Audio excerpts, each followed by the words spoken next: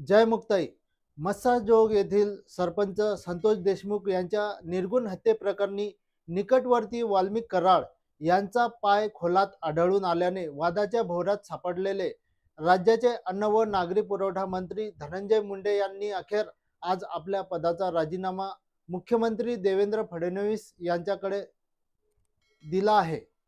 दरम्यान काल देवगिरी बंगल्यावर मुख्यमंत्री देवेंद्र फडणवीस, उपमुख्यमंत्री अजित पवार तसेच धनंजय मुंडे अशा तिघांमध्ये बंद दाराआड चर्चा झाली होती आणि राज्यभरातून धनंजय मुंडे यांच्या राजीनाम्याची मागणी जोर धरू लागली होती। तसेच काल संतोष देशमुख यांच्या हत्येचे घटनाक्रमातील फोटो व्हायरल झाल्याने राज्यभरात संतापाची लाट निर्माण झाली होती। पाहुयात मुंडेंच्या राजीनाम्याबाबत मुख्यमंत्री देवेंद्र फडणवीस काय म्हणाले। आज राज्याचे मंत्री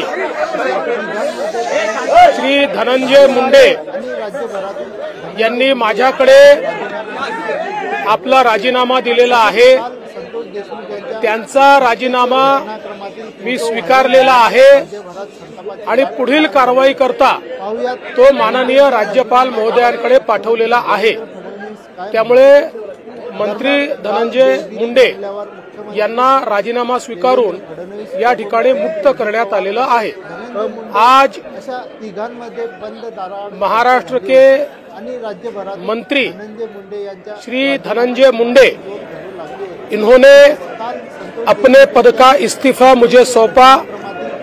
मैंने ये इस्तीफा स्वीकृत किया है और अगली कार्रवाई के लिए मैंने ये इस्तीफा राज्यपाल जी के पास भेज दिया है।